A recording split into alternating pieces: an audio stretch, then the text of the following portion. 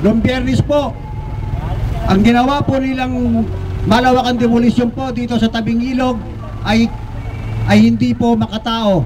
Ito po ay nangangahulugan na ang ating karapatan ay kanilang inalis at kanilang nilapastangan.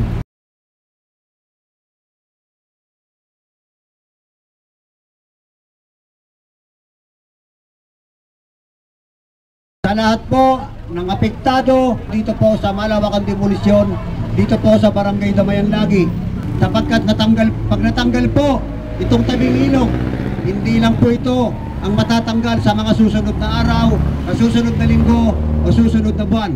Maaari pong isunod na nila dito ang 2.1 sapagkat ito po ang kanilang talagang target, sapagkat gagawin pong nilang komersyal ito pong harapan ng De Los Santos.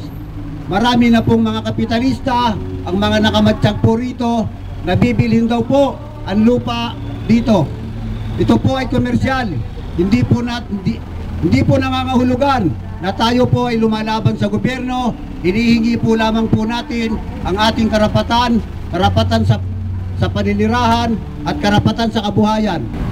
Ngayon po, dapat po tayo magmula ngayong po Lunes hanggang Biyernes o araw-araw, kailangan po tayo ay mapagbantay, tayo po ay magmatsyag, huwag po tayo magtulog-tulugan. At kung maaari po sana, maximum po ang hihingi natin sa kanila, on-site relocation.